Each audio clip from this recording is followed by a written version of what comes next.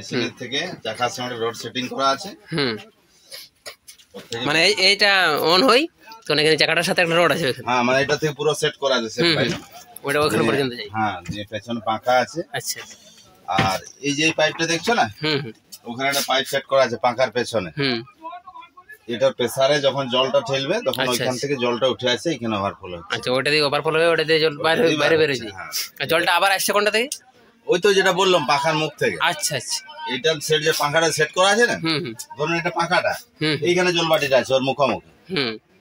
ও পাখাটা, হ্যাঁ, তাহলে ওই পাখাটার প্রেসারে জলটা ওখানে ঢুকছে, দিয়ে প্রেসারে এখানে ঢুকে এখানে বাইরে হয়ে যাচ্ছে।